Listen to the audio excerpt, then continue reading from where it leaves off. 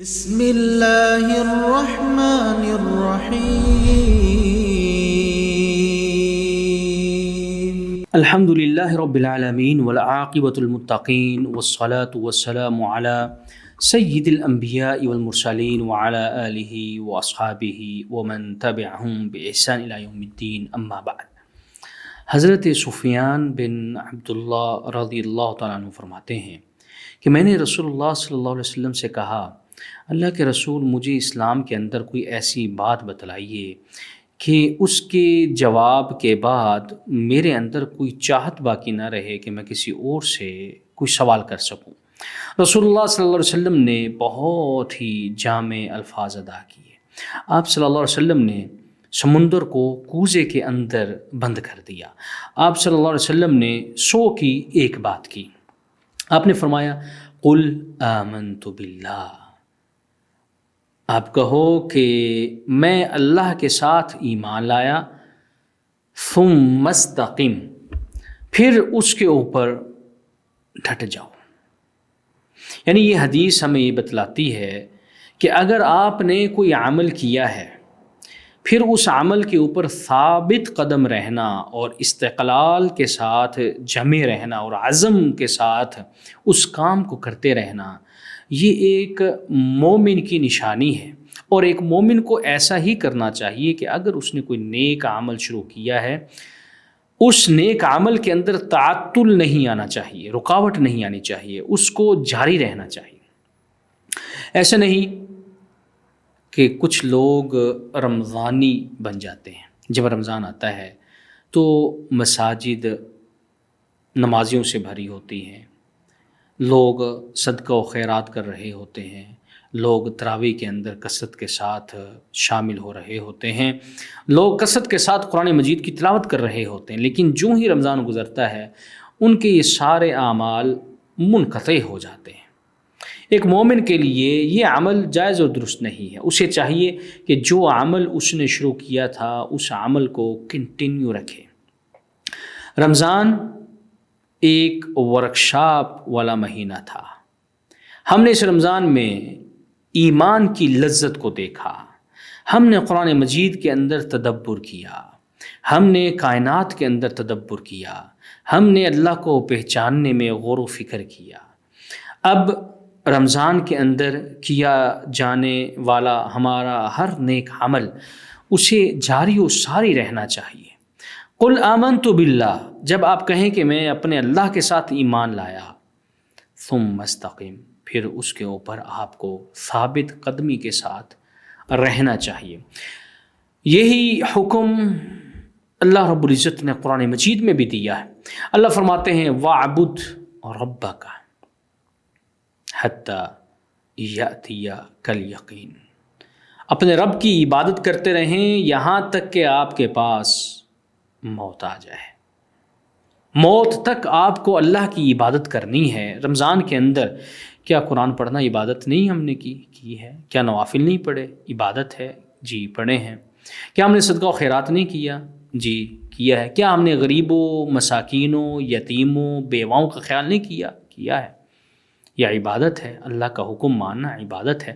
تو اللہ تعالیٰ آپ سے مخاطب ہو کر آپ سے ہی کہتے ہیں، وَاعْبُدْ رَبَّكَ حَتَّى يَأْتِيَكَ الْيَقِينُ، یقین آنے تک، موت آنے تک اپنے رب کی عبادت کرتے رہیے۔ اس کے اندر کسی قسم کی کوئی سستی، کوتاہی، انقطاع، دوری نہیں آنی چاہیے، بلکہ آپ سمجھیں کہ جیسے آپ نے رمضان کے اندر محنت کی، رمضان کے اندر اپنے آپ کو اللہ کے سامنے پیش کیا، 5 وقت کی نمازیں آپ نے مساجد کے اندر امام کے ساتھ پڑھی، آپ نے کثرت کے ساتھ قرآن مجید کی تلاوت کی، آپ نے کثرت کے ساتھ اپنے تجوریوں کے منہ کھول دیے اور یتیموں اور مساکینوں کا خیال رکھا، اور آپ جیسے رمضان کے اندر سستی اور کاہلی سے دور رہے اور نمازوں کو باجماعت ادا کرتے رہے، رمضان کے بعد بھی اس پہ ثابت قدم رہیے۔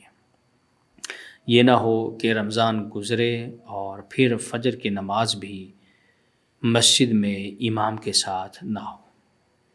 رمضان گزرے تو پھر ہمیں نماز سے نیند زیادہ پیاری ہو جائے۔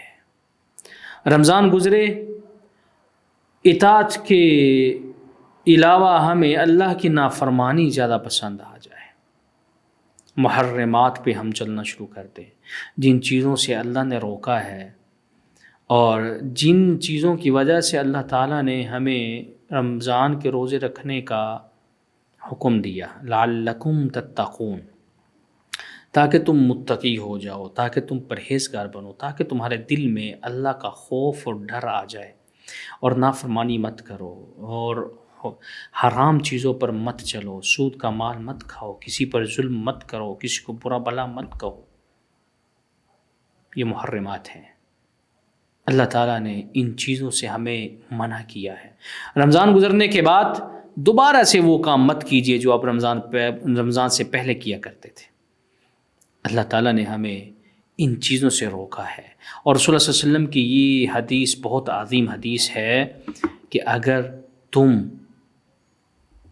چاہتے ہو کہ 100 کی ایک بات بتلاؤں اور اسلام کے بارے میں پھر کسی اور سے پوچھنے کی ضرورت نہ ہو، تو پھر اللہ پر ایمان لائیں اور پھر اس کے اوپر ڈٹ جائیں۔ اللہ پر ایمان لانے کا ہرگز مطلب یہ نہیں کہ اللہ کی کچھ بات کو مان لیا، تسلیم کر لیا، عمل کر لیا اور کچھ چیزوں کو چھوڑ دیا، یہ ہرگز مان نہیں۔